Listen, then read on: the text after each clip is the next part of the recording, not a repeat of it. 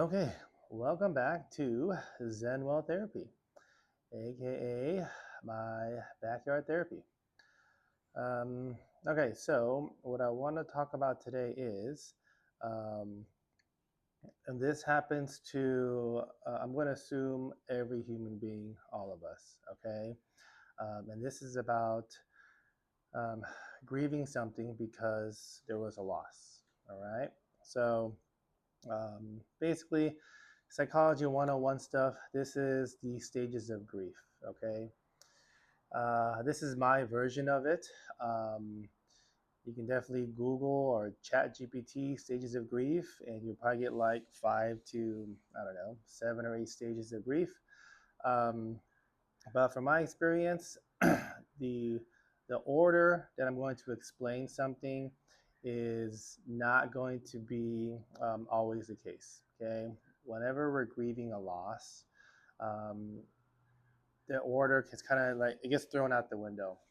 It's very random. It goes up and down, and left and right, and then back up and then back down. Because grieving is it's a lot of pain, a lot of suffering for us.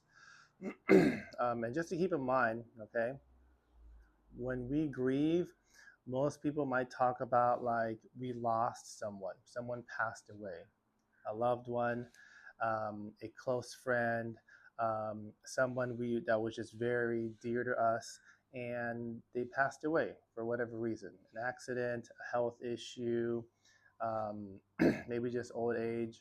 Okay, so that's definitely one way we can grieve a loss. But we also grieve things that are, let's say, the intangibles. Okay, uh, we can grieve um, a job that we lost or a dream job that we never had. We can grieve a loss of a relationship, right? The partner left. Um, or maybe if it's a parent-child relationship, the child decides, you know what, I'm just not going to communicate with you anymore, right? And the parent is grieving the loss of the relationship. You can grieve losing money. You can grieve your own physical health, right? Because we'll grieve so in ways where we'll grieve something that we actually never had because we're grieving about the future, right? If someone got paralyzed from, let's say, the waist down, they come into therapy and see me. A lot of times they're grieving the future that they can't have anymore, right? The future of like, oh, I used to be a rock climber. I used to go play sports all the time and go hiking, um, things of that nature. They're going to be grieving for maybe the rest of their life that they can't do those things anymore because their body just won't allow it after an accident. So just wanted to throw it out there. Okay, as human beings, we grieve about everything. Okay, a pet that passed away, it literally could be anything. All right, so here is my version of the stages of grief from top to bottom.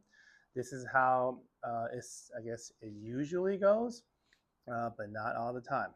So the first stage is shock.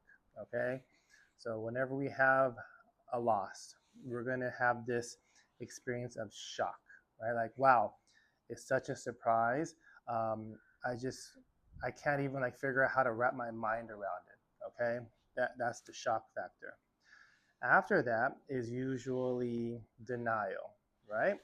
So denial kind of looks like, well, yes, rationally, I know it happened. That is a loss. That person did pass away, or I did lose something, and now I'm grieving. I'm losing, grieving the marriage because we're getting divorced, whatever it is. Um, but a part of me just still can't believe it. Like, how is this actually happening, right? And they're in denial. Okay. Next stage. This is what we call bargaining slash negotiating. Okay. Um, so from my experience working with clients, um, oftentimes they have a hard time knowing what this stage is like. And so this is going to be my interpretation of it. Okay. So in this stage, a lot of the why questions come up. Like, why did that person have to pass away? Um, he was such a good person. How did that terrible thing happen to him? Right? Or now just it goes into general questions about life. Why do bad things happen to good people? All right, maybe you have a certain faith, like, hey, God, like, why would you do this? Like, that person was on such a good track. He or she was helping a lot of people. They were such a like good ethical person, and now he or she is gone. Right, so a lot of why questions come up in this stage from my experience. And also the part where we start to bargain and negotiate with someone or something. Okay, so if it's a person that passed away, a loved one, okay, a lot of times we're trying to negotiate with the universe or God, and we're asking God, hey, if I change this, if I don't do that anymore, if can you take my life instead? Can you bring that person back to life? They deserve to live, right? And we're bargaining with God and the universe, okay? Other times we're bargaining with the actual person. If you're in a relationship romantically and your partner decides to leave, says, you know what, I'm done with this relationship, it is over, and now they leave, maybe you've experienced this in your life. Now you may go out and try to reach out to that person to communicate and say, hey, oh, I'm so sorry if I do this instead of that, if I change my ways, if I stop doing this unhealthy behavior or whatever it is, will you come back to me? Will you be in a relationship with me again, because I don't want to lose you, right? So we're bargaining with the actual person that left the relationship, right? We're trying to negotiate a deal where you get back what you lost, okay? So that's the third stage. After that is usually like a lot of the emotions. And these emotions, again, they're going to be spread out through all the stages, okay? So what are the emotions of grief? They're all the common ones, but they're just magnified whenever we're grieving a loss, right? So we have sadness, anger, frustration, um, guilt, regret, disappointment, failure, shame, and the list can go on. Okay, I'm just kind of throwing out the main ones that I usually see in my work. So after all the emotions, okay, what is usually the last stage? Okay, and the last stage is acceptance, right? When we're grieving, the ultimate goal is to get to the stage of acceptance, right? Because that's usually where healing begins, okay? So let's figure out what does acceptance usually look like, right? So from my experience, okay, this is what it kind of looks like. Um, Acceptance, when we get to the door of acceptance and we're slowly kind of like inching in to fully accept the loss, which is not easy to do, okay?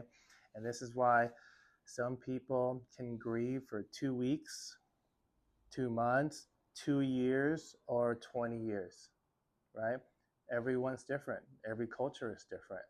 Um, and it could be also because this grieving cycle from top to bottom, it can just keep looping and recycling.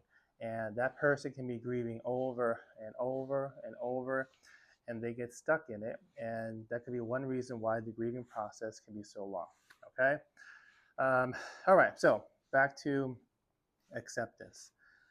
From what I've seen so far over the years, um, when people get to the stage of acceptance, it does not mean all of your emotions just go away.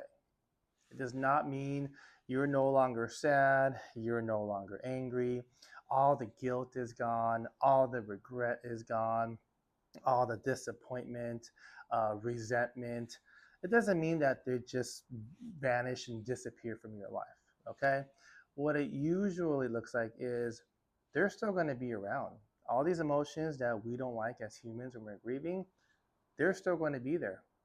However, they're going to be reduced. Um, it'll be less where you can manage it better, right? Because with acceptance, initially, like that first positive emotion that comes into place is peace. We are coming to peace. We are coming to terms with the loss, right? And when we come to terms with something, we're at peace with it. Okay, it's this feeling of like, here are all the emotions I don't like, and slowly there's this blanket of peace around it. Right, so it's just easier to manage, easier to process, but it doesn't mean it's easy to get here, right? So that's like the beginning stages of acceptance from my experience, okay? And then from here, what usually happens is now we have some peace in the grieving experience.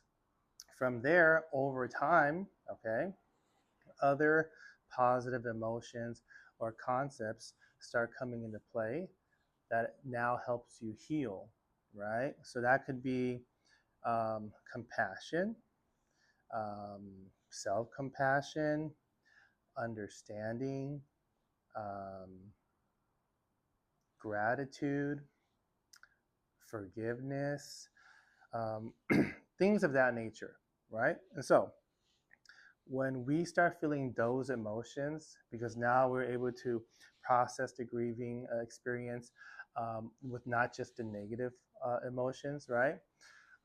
Then what I usually see is someone starts to heal.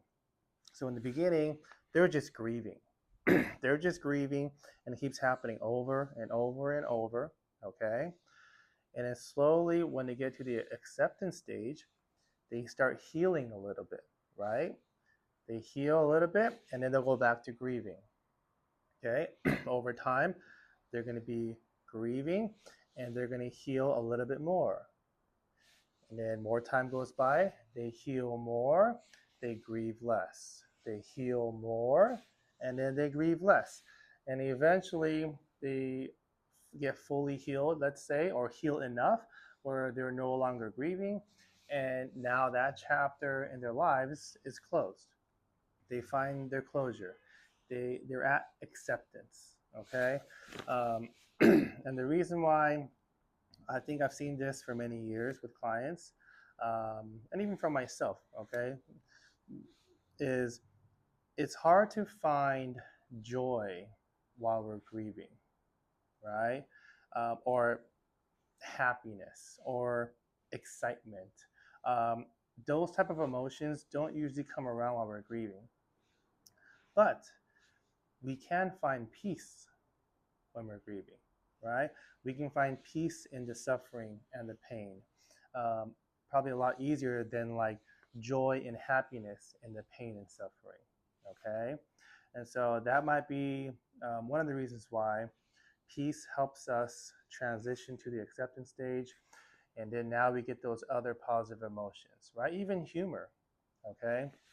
Um, Clients all the time, if they're done grieving a loss, whatever that loss is, they can start laughing about it, right? They can use humor to feel grateful again, to feel somewhat normal, right?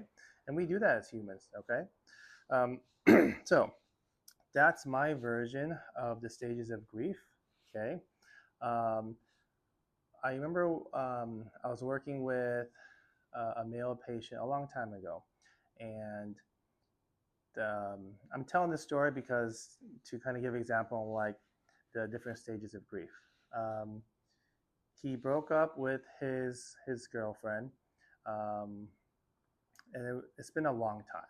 I think maybe it was definitely over a year or so. Okay, and he was still grieving the loss.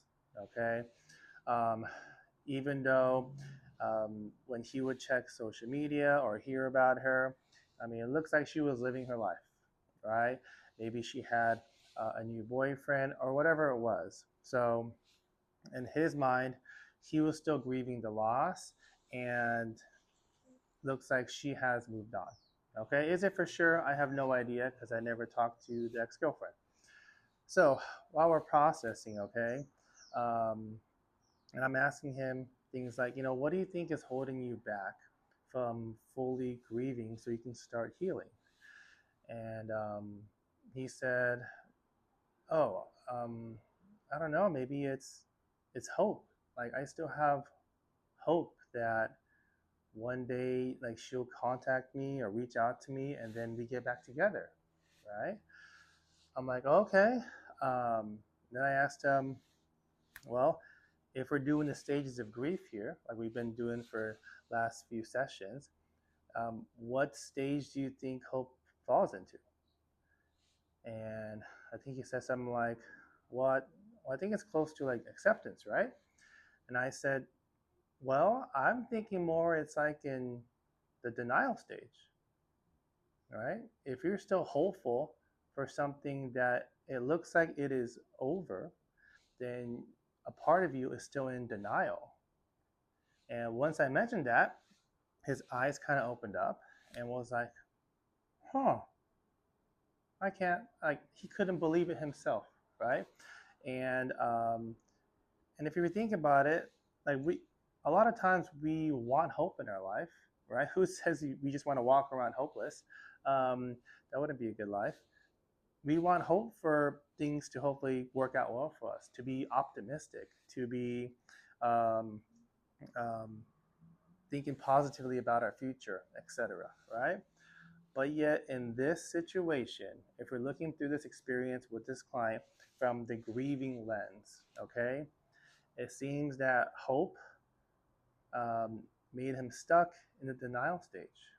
Okay, and oftentimes we do this as human beings. I've seen it in therapy so many times.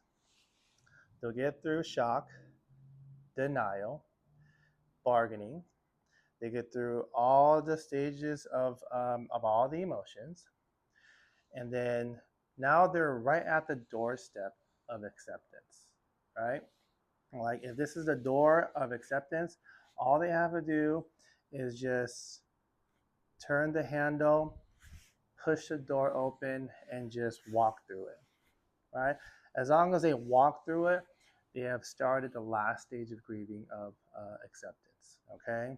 But a lot of times they'll be at the door and they're thinking about turning this doorknob so they can open it. And something inside of them says, "Nope, I'm not going to do it. I cannot accept the fact that this loss is going to be permanent and forever. I just can't. Um, my emotions, my memories, everything that's connected to the loss, it just feels like it won't be justified. It won't be justified if I open this door and walk through it and fully accept it." And so, what do people usually do, right?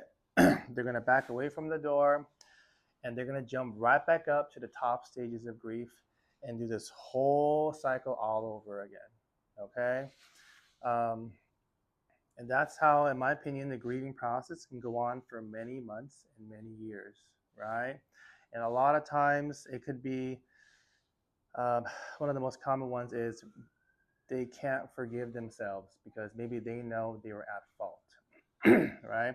Or because of regret and guilt, they just can't find ways to come to terms with it and forgive. Usually not the other person, but to forgive themselves that they did something um, that was connected to the loss and it was like their fault, right? And so if they feel like they don't deserve to be forgiven, they're not going to open this door of acceptance. They're going to, they'll be like, "You know what, let me make sure it's locked and I'm going to throw away the key. And I guess I'm just going to go right back up and keep suffering the stages of grief over and over again because unconsciously, maybe that's what they think they deserve, right?" And so, as a therapist, I'm usually trying to figure out ways on how do we get them out of that cycle because maybe they deserve better, right? Some more self-compassion, some more self-love, whatever you want to call it, that helps them get out of this dark cycle. Um, so yeah, that's basically what I wanted to share today, the stages of grief. I hope it made sense. I might have jumped around a little bit, um, but that's just from my experience so far. Okay. Um, Whenever we grieve something, and it could be very significant. Okay. Um, a lot of times as a therapist, um, there are no magical words that I can say. Um, there's no, mystical intervention that I can try to do with the client to speed up the grieving process, right? We do try some things, but there's just no guarantee. Oh, yeah, you'll just skip all these stages, go to acceptance, and then you're done, right? So a lot of times I'm just there in full support with the experience, and hopefully the client and I together, we figure out together how to get them through where they're not just grieving anymore, they can now start healing and live the rest of their life. Okay. So I hope it helps someone who watches the video. If not, hopefully my kids in the future. So that's about it for today. Thank you for watching. Be well, Zen well, and I'll talk to you soon.